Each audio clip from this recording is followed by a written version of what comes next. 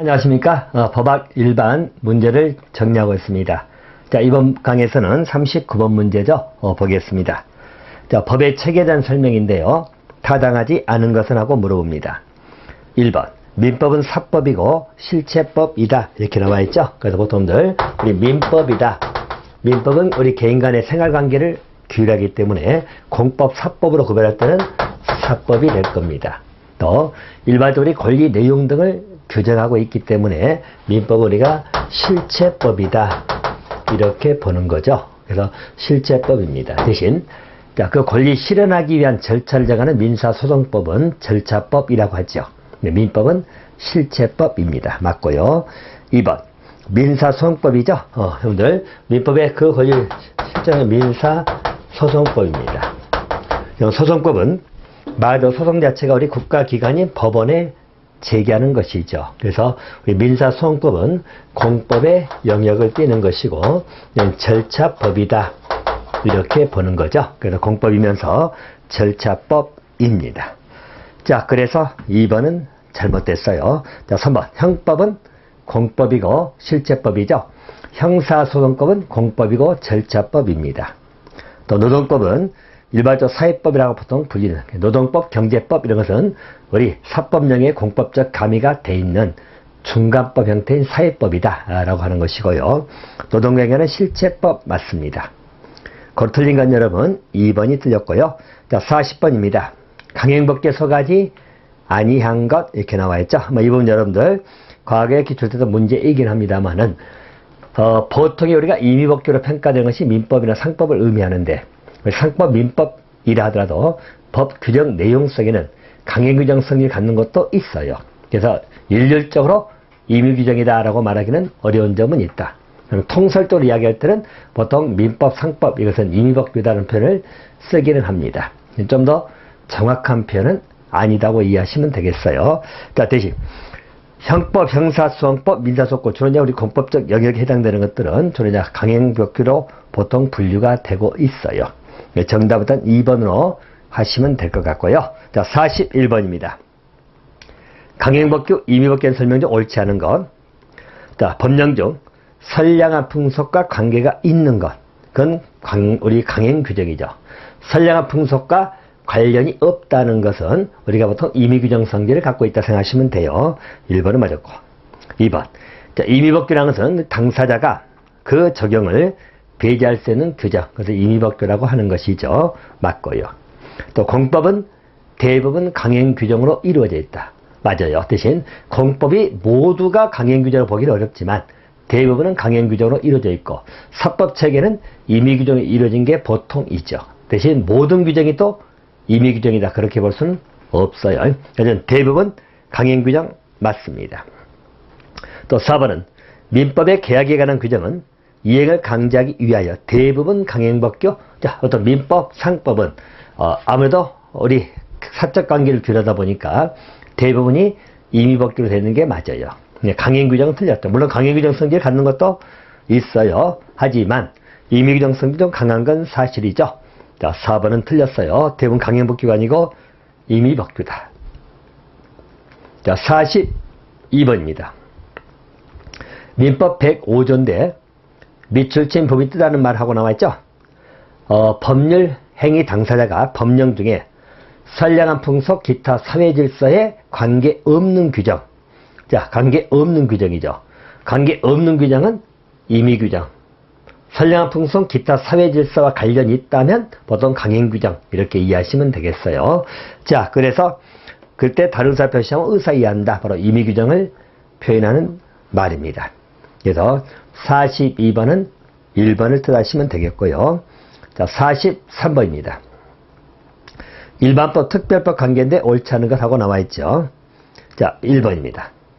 보통 일반법, 특별법이 나오게 되면 보통 특별법이 우선된다. 일반적 사항을 규정하고 특정 사항을 규정하다 보니까 특별법이 우선되는 게 원칙입니다. 자, 그래서 1번은 맞았고요. 또 특별법에 규정이 없다면 일반법이 보충적으로 적용된다. 당연히 일반법이 적용되지만 특별사항에 관한 것은 특별법이 적용되고 특별법이 없다면 일반법이 보충 적용되겠죠. 맞습니다. 또 3번 일반법, 특별법 관계는 단일 법률 규정 상호 간에, 자, 보통들 우리 일반법, 특별법에 관한 것은 법의 다른 법률 간에 적용되는 것이 보통이라 하더라도 같은 동일 법률입니다. 자, 다시 말하면 단일 법률 그 규정 간의 문제죠. 이게 단일 법률의 규정 상호 간에도 보통 적용이 된다 이렇게 보는 것이죠. 자, 대표님들 우리 형법에 나와 있죠. 형법상에서 여러분들 뭐 살인죄가 있다. 자, 살인죄는 일반 규정으로 생각하시면 되겠고, 그 중에 존속살인이다. 존속살인이 되면은 여러분 형량이 더 높잖아요. 그래서 이렇게 가는 것. 같은 단일 법률, 같은 형법 체계라 하더라도 일반 규정 상호 간에 우리 일반 규정, 특별 규정이 존재가 한다는 이야기예요.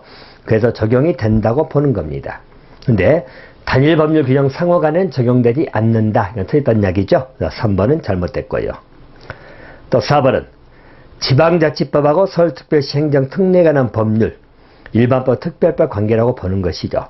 지방자치법은 일반법이고 그 중에 서울특별시에 관련돼 가지고만 행정특례사항을 정하고 있는 법률이다. 그래서 특별한 사항을 규정했기 때문에 특별법의 성격으로 볼 수 있다. 이렇게 보시면 됩니다. 자, 43번 틀린 것은 여러분들 3번 하시면 되겠고요. 자, 44번입니다. 자, 논리 해석에 해당하지 않는 거 하고 나있죠. 보통 해석 방법상에서 여러분들 해석감 특히 문제도 잘 다뤄지고 있습니다만은 해석 방법상 논리 해석하고 물리 해석이 있죠. 그래서 일반적으로 물리 해석이 있고, 자, 그리고 논리 해석이 있다. 자, 물리 해석은 문헌에 충실해서 해석을 하는 것이고요. 자, 논리 해석은 종류가 여러 가지로 구별되고 있죠. 그래서 일반적 논리 해석에 관한 방법은 여러 가지 방법이 있다는 것이죠.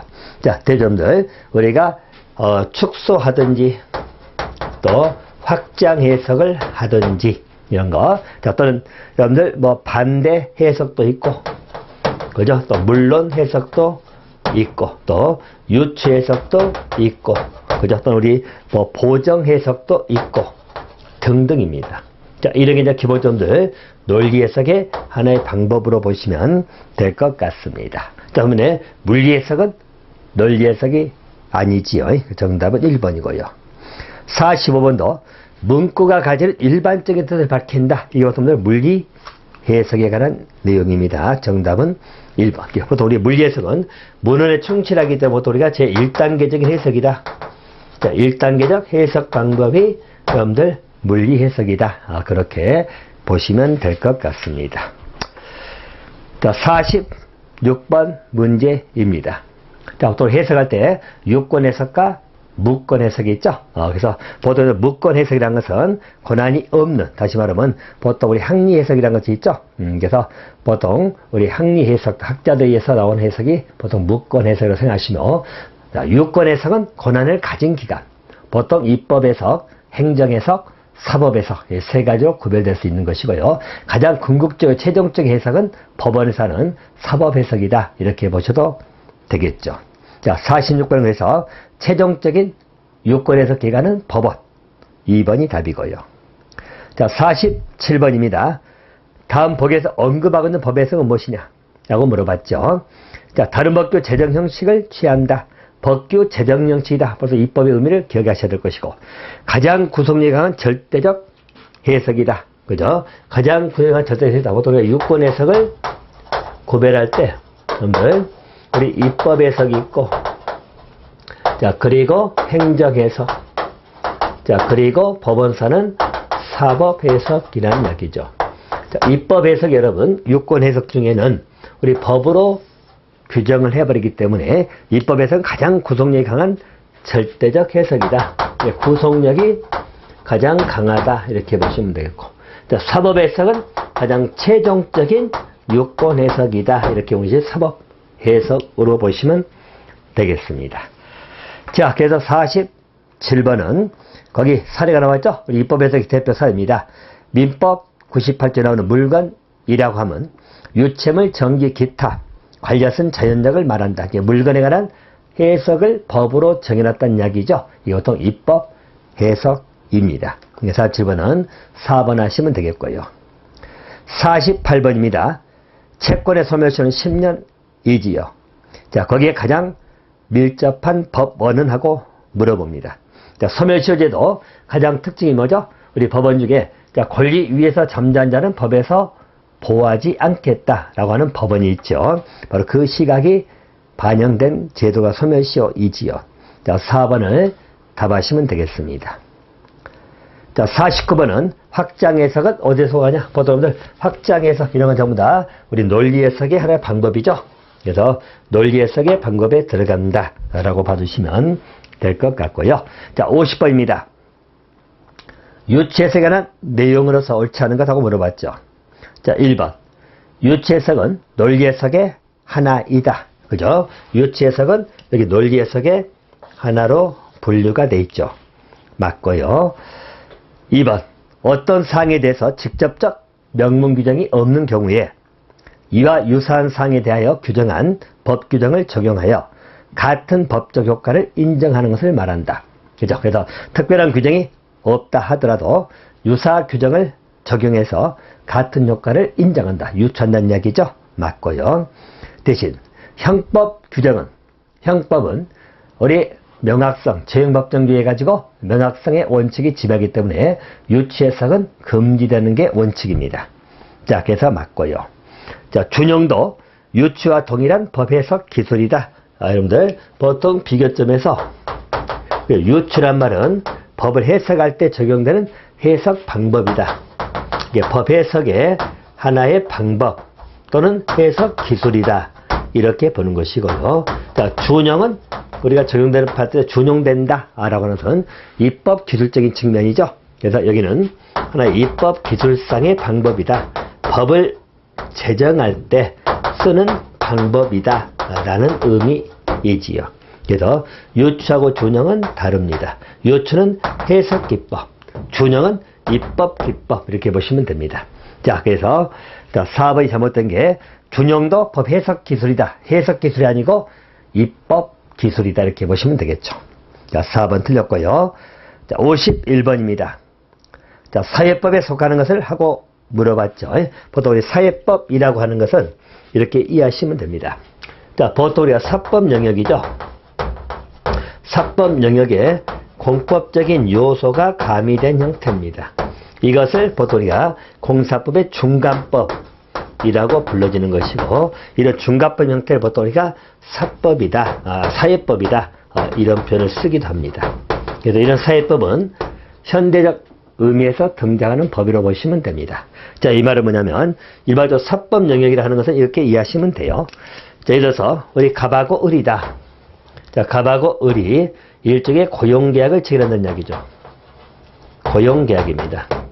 그럼 여러분들 갑이 만약에 사장이고 을이 근로자로 본다면, 자, 이 고용계약은 우리 사인 간의 계약입니다.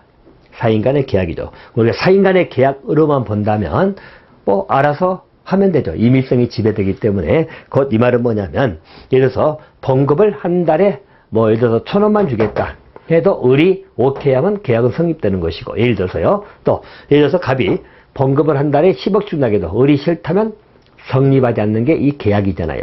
여기서 사법령이라고 생각하시면 돼. 하지만 보통 우리 사용자 등이 근로자를 착취수단으로 악용할 수가 있다는 것이죠. 그래서 공법적인 요소가 여기에 투입이 되는 겁니다.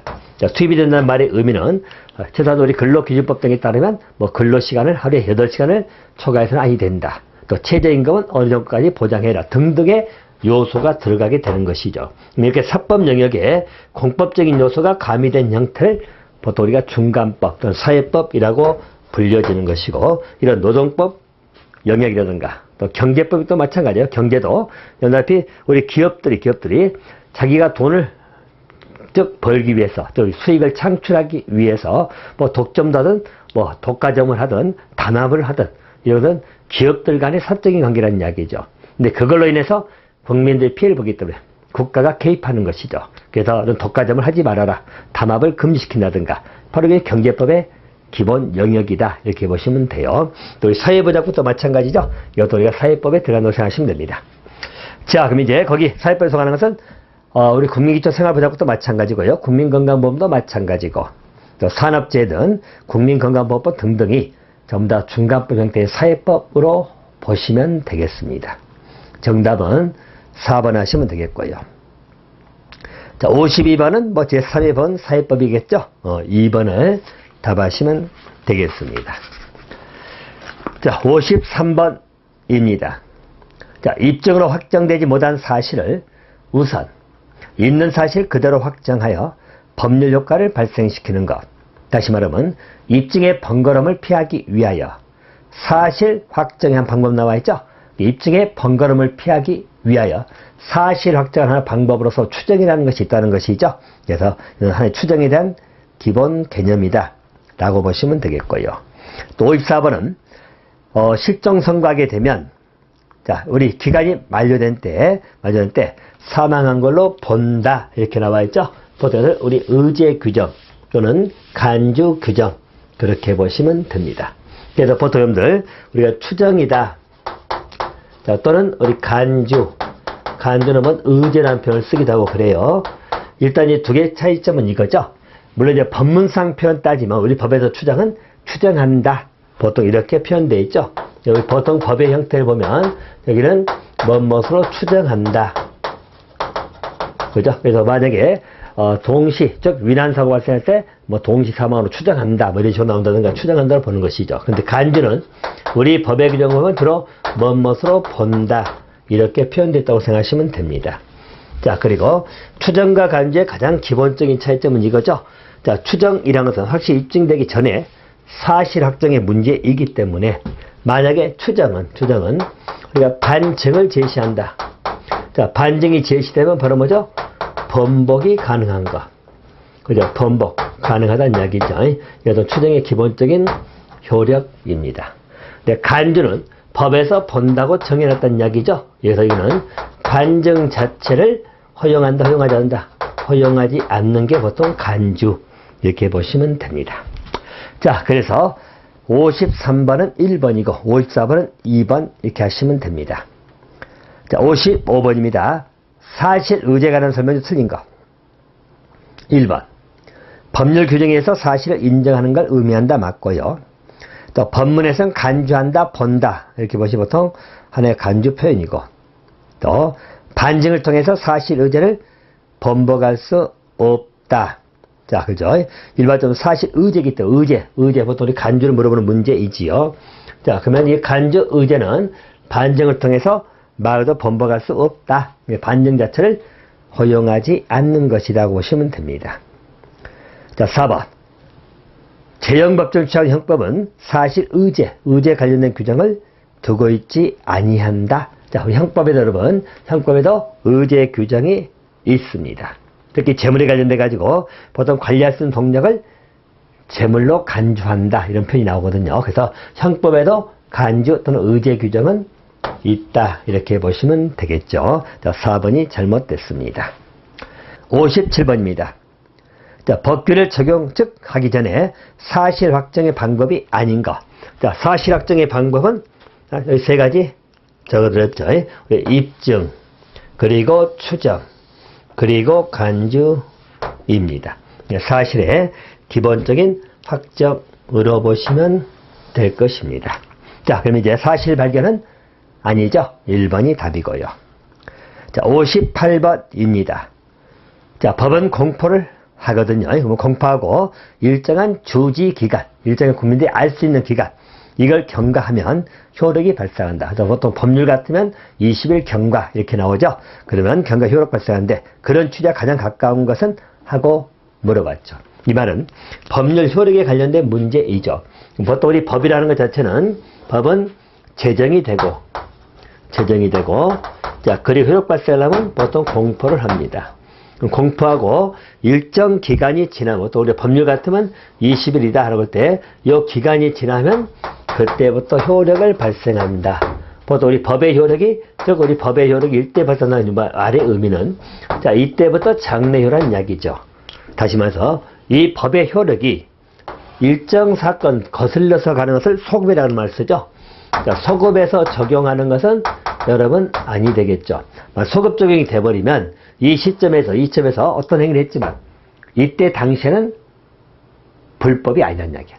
나중에 법이 만들어서 불법이 됐는데 소급해서 불법이었잖아 라고 해버리고 처벌 들어가면 아니 되겠죠. 그래서 우리가 보통 불소급의 원칙을 의미하는 말입니다. 자, 1번이 답이죠. 법률 불소급 원칙입니다. 자, 59번입니다. 특별법인데 틀린 건 나와있죠? 1번. 자, 군형법은 군인 근무원들이 정된 점에서 형법의 특별법으로 구분된다 맞고요. 2번. 상법은 민법 특별법 맞죠? 4번. 국가보안법도 형법의 특별법 맞습니다. 자, 헌법이 민법에 틀렸죠. 헌법은 특별법이라 하지 않습니다. 헌법은 여러분들 가장 상위 규범이기 때문에 어느 법의 특별법이라 하지 않는다고 생각하시면 되겠어요. 자, 4번은 틀렸습니다. 61번입니다. 다음은 법률의 발의에 관한 헌법 53조 7항의 규정이죠. 가로에 들어갈 말입니다. 자, 법률은 특별한 규정이 없다면 공판 날로부터 20일 경과이지요. 그래서 3번이 정답입니다. 자, 62번입니다. 자, 권리에 관한 설명인데 옳지 않은 건 나와있죠? 자, 권리 부분이고요. 자, 과거 중세 시대 때는 의무 본위다. 대신 우리가 근대로 오게 되면 권리 본위로 간다고 보는 것이고요. 현대 사회는 의무를 좀 중시 여긴다 라는 취지로 이해하시면 되겠습니다. 자, 그래서 1번은 맞았고요. 2번. 자, 중세 본전한 오늘날 통설은 권리 법력설이다. 그죠? 권리가 뭐냐? 법에서 인정하는 힘이다. 그래서 권리 법력설이 통설입니다. 또 3번. 이익설은 예링이라는 학자가 이익 법학하고 목적 법학의 이론에 입각하여 주장한 학설을 이익설 맞고요. 자, 4번. 현대 법학에서 법률 관계는 권리 본위가 아니라, 자, 권리 본위는 근대를 의미하는 것이고 현대에서는 의무가 중시가 된다. 이렇게 봐두시면 될 것 같습니다. 그래서 현재 의무 중시다 라고 봐두시면 될 것 같아요. 자, 4번이 정답이고요. 63번입니다. 다음에 관계 깊은 법률관계의 모습은 어떤 것이냐 나와있죠. 자, 소유권은 의무를 수반한다. 1919년 독일의 바이마르 헌법에서 나오는 표현이죠.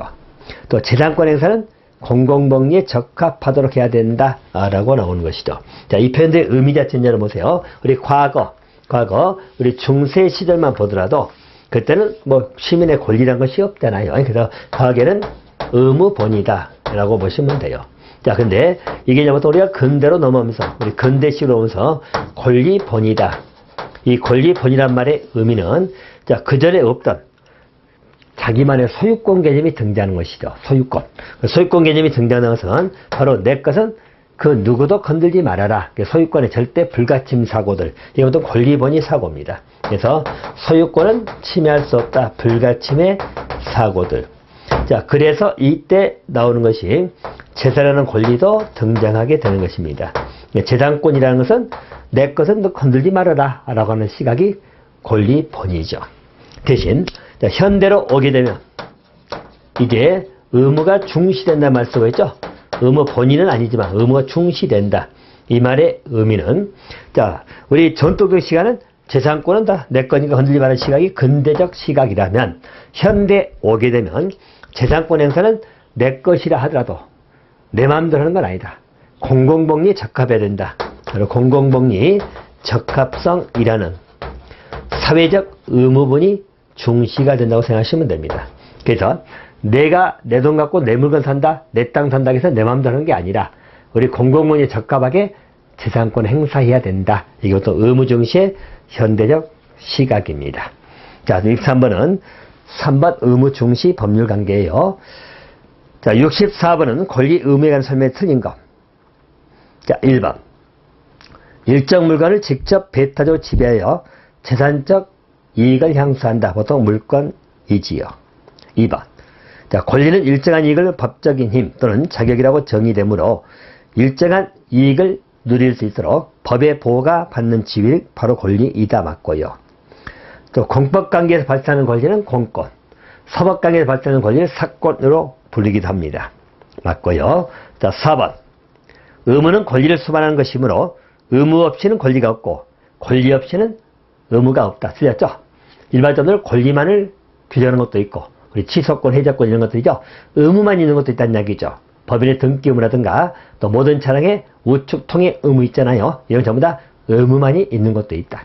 보통 권리하고 의무는 상응 같이 하는 게 보통이지만 권리만 있는 것도 있고 의무만이 존재하는 것도 있다. 그래서 4번이 잘못된 지문입니다. 자, 65번입니다. 권리 의무인데요. 옳은 것하고 나와 있죠. 1번. 권리는 항상 의무가 따른다. 아니죠? 그래서 의무가 없는 것도 있다. 2번. 자, 본인 또는 권리자를 위해서 할 수 있는 행동의 능력. 자, 어떤 자격을 의미하는 것이죠. 이것을 여러분 권한이라고 이야기합니다. 권한. 또 3번. 권리 행사를 할 수 없다 하더라도 원칙적으로 사력 구제. 자, 개인의 힘에 의해서 구제하는 것은 허용되지 않습니다. 자, 3번은 맞았습니다. 자, 4번. 권리 내용을 이루고 있는 개개의 기능, 자격. 자, 우리가 권리를 구성하는 개개의 것이라고 불러진 게 바로 권능이죠. 권능들이 모여서 권리가 형성된다. 이렇게 보시면 되겠죠. 자, 그래서 4번은 권능입니다. 자, 65번에 옳은 것은 3번. 66번입니다. 개인적 공권에 해당하지 않는 것. 자, 자유권, 참정권, 수익권. 독립권은 아니죠. 독립권은 뭐 특별히 표현된 권리가 없습니다. 그래서 독립권은 아니다. 가입을 치시고요. 67번입니다. 권리에 대한 설명 중 타당치 않은 것 하고 나와 있죠. 1번. 재산적 이익을 내오는 권리를 재산권이 한다. 맞고요. 2번. 자, 타인을 위해서 일정 효과를 발생하게 할 수 있는 그런 행위를 할 수 있는 자격. 이것을 뭐라죠? 권한이라고 하죠. 권리가 아니고 권한. 2번 틀렸습니다. 자, 3번은 권리는 우리 법력설이죠. 일정 이익을 향수하기 위해서 법에서 인정해 준 힘이다. 보통 권리 개념이죠. 맞고. 자, 형성권이라는 것은 형성이라는 말은 변동을 의미합니다. 그래서 법률관계 변동 할 수 있는 권리죠. 맞고요. 틀린 건 2번이에요. 자, 68번.